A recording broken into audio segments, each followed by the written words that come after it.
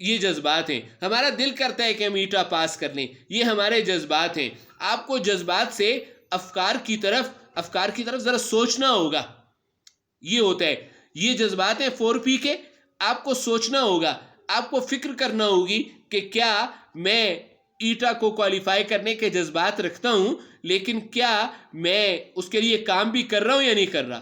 جب آپ سوچیں گے، آپ انحراف کریں گے، تو آپ مڑیں گے، آپ واپسی کریں گے جذبات سے افکار کی طرف، تو تب معلوم ہوگا کہ اسے یعنی علامہ اقبال کو مومن کون ہے؟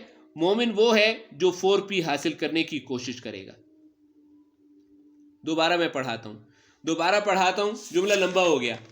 یہاں سے صاف اور عیاں ہے، اس میں شک و شبہ نہیں ہے کہ آپ ملت اور مقاصد ملت حاصل کرنا چاہتے ہیں. آپ دیکھتے ہیں کہ کتنے امکانات ہیں اس کو حاصل کرنے کے.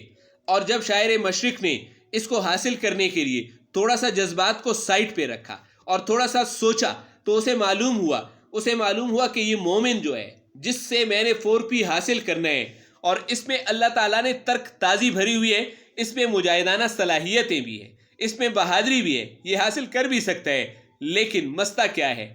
جہان کی وسعتیں، دنیا بہت بڑا میدان ہے، دنیا بہت بڑی ہے. ایک مومن اور کئی مومن اکٹھے ہو کر اس بڑی دنیا کو قابو اور کنٹرول نہیں کر سکتے، اس کا یہ مطلب ہے. اور مومن نے کیا کیا ہے؟ سفینے کے سفر کے لیے مومن نے 4P کو ایک کشتی بنا لیا ہے.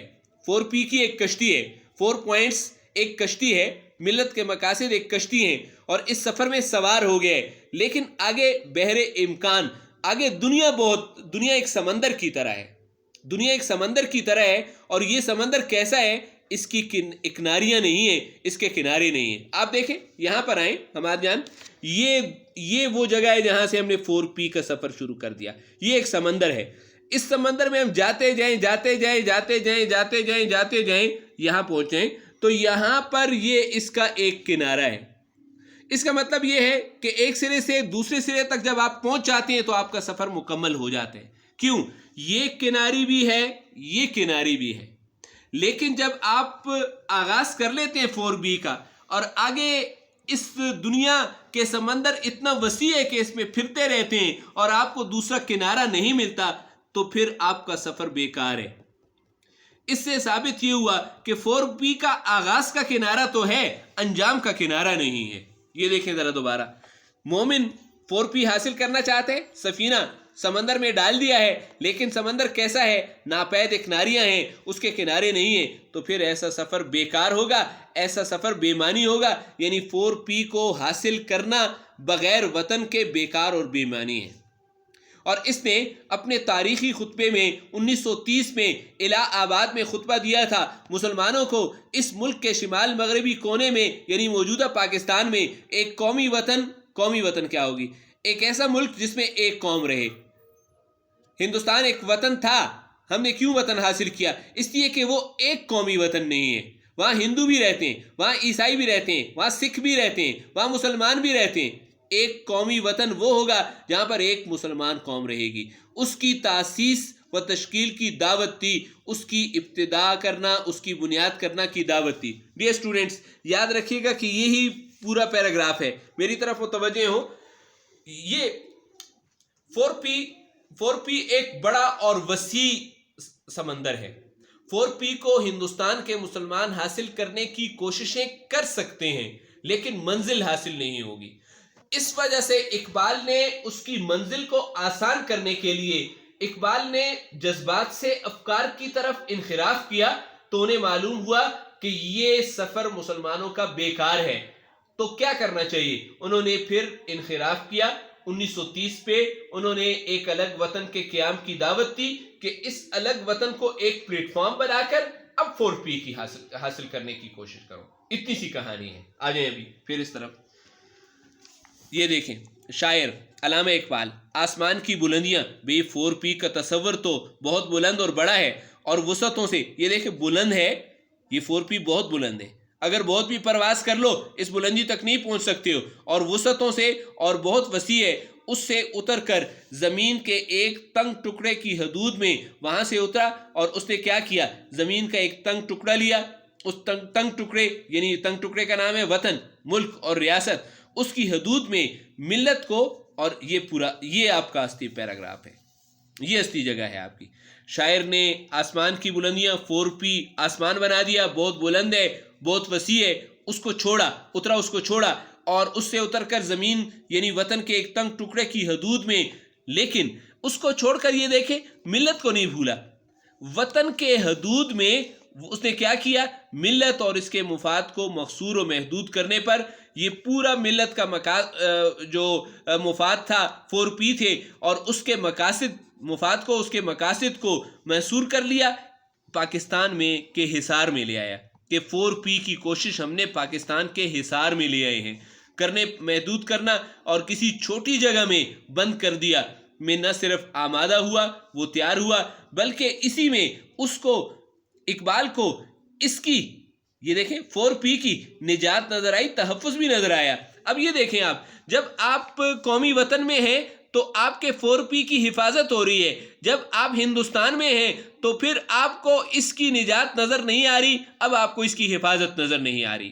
زمین آخر زمین ہے جہاں ہم انسان رہتے ہیں، یہ زمین ہے جہاں ہم سب رہتے ہیں، اور ہمارے تخیل کی ہزار پروازیں، خیالی باتیں، تصوراتی باتیں، یہ دیکھیں 4P ایک خیالی چیز ہے، اس کو ہم تخیل کی ہزار پروازیں کہہ سکتے ہیں۔ جیسے ہم سوچتے ہیں، ہم بیٹھتے ہیں نا، اس طرح آنکھیں بند کرتے ہیں تو ہم خیالی اور تصوراتی باتوں میں ہم نے FSC میں ٹاپ بھی کر لی ہے، ہم نے ETAC بھی کوالیفائی کر لی ہے، اور یہ لیں جی ہم KMC میں پھر رہے ہیں اس وقت۔ یہ تصوراتی باتیں، ایسی ہمارا 4P کا پوائنٹ جو ہے نا، وہ ایسا ہی خیالی اور تصوراتی بات ہے، وہ ایسی ہی ایک خیالی اور تصوراتی بات ہے۔ کہاں پر ہیں ہم؟ اچھا، تخیل کی ہزار پروازیں، ہماری آرزوؤں کی ہزار رفتیں بھی اسے آسمان نہیں بنا سکتی۔ آپ آرزو، یہ ہماری آرزو ہے، یہ ہماری خواہش ہے، سیکنڈ ایئر والی باجی نہیں ہے، یہ دوسری آرزو ہے، یہ خواہش ہے۔ ہماری آرزو ہمیشہ بلندی کی طرف ہمیں لے کر جاتی ہے۔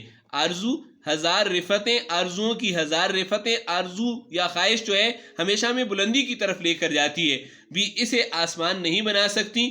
ہم نے آخر رہنا زمین پر ہے، اپنے وطن میں رہنا ہے۔ ہمارا وطن یا پوری دنیا آسمان نہیں بن جائے گی، یعنی ہماری خواہشات زمین کو آسمان نہیں بنا سکتی ہیں۔ اور حقیقت کی دنیا میں یاد رکھیے گا، حقیقت کی دنیا کیا ہے؟ عملی زندگی، پریکٹیکل لائف، اس میں ہمیں آسمان سے زیادہ ضرورت بھی زمین کی ہے۔ ہمیں بلندی جو ہے وہ عمل کی جگہ نہیں ہے، آسمان عمل کی جگہ نہیں ہے، زیادہ ضرورت زمین کی ہے، عمل کی جگہ زمین ہے یعنی ملک ہے۔ تاکہ کیوں؟ اس لیے کہ زمین پر جب ہم عمل کریں گے، کام کریں گے، 4P کی کوشش کریں گے، تب آسمان کی بادشاہت، اللہ کی حکومت زمین پر قائم ہو جائے گی، اور اللہ تعالیٰ کی زمین پر اس کے فرمانبردار بندے یعنی مسلمان، مومن، فرمانبردار بندے، اللہ کا حکم ماننے والے لوگ ہیں، متصرف ہو جائیں گے، پاکستان پر قابض ہو جائیں گے، مسلمان لوگ قبضہ کر لیں گے اور اسے اپنا لیں گے، اپنا وطن بنا لیں گے، اور اس کی وطن کی حفاظت میں، پاکستان کی حفاظت میں اگر ضرورت پڑے، 1965 1971 میں ضرورت پڑی تھی، تو اپنی جانیں، اپنا مال اور اپنی اولاد قربان کر دیں۔ کیوں؟ اس لیے کہ وطن، یہ دیکھیں، یہ کیوں جو ہے نا، یہ اپنا مال اور اپنی جان قربان کر دینا، کیوں میں نے اس لیے لکھا ہے کہ کسی بھی چیز کو ٹیکسٹ کی روشنی میں پڑھا کریں۔ ہم پاکستان کے لیے کیوں اپنی جانیں قربان کر دیں؟ اس لیے کہ وطن ہم نے 4P کے لیے حاصل کیا ہے۔ اس کا نقصان، وطن کا نقصان اگر ہم قربانی نہیں دیں گے، 4P کا نقصان ہوگا، اور وطن کا فائدہ، 4P کا تصور سوری وہ دوسری لائن کے لیے، اور اس کا نقصان 4P کا نقصان ہوگا۔ اس لیے ہمیں اس کی وطن کی خاطر اپنی جانیں، اپنا مال اور اپنی اولاد قربان کرنے سے دریغ نہیں کرنا چاہیے۔ یہ اسٹوڈنٹس، آج کا لیکچر اتنا ہی تھا، اس سے آگے انشاءاللہ کل اگلی معلومات جو ہے وہ نیکسٹ لیکچر میں دی جائیں گی۔ تھوڑا تھوڑا پڑھاتا ہوں تاکہ یہ چیزیں آپ کو سمجھ آ جائیں۔ پلیز سمجھ نہ آئے تو واٹس ایپ کر دیجیے گا، اور آپ کی کلاس پہ آپ کا اردو کا کام تقریباً کمپلیٹ ہے۔ کوشش کیجیے گا کہ ٹائم کو یوٹیلائز کریں اور اپنے شارٹ کوسچنس کو یاد کریں۔ تھینک یو ویری مچ، خدا حافظ۔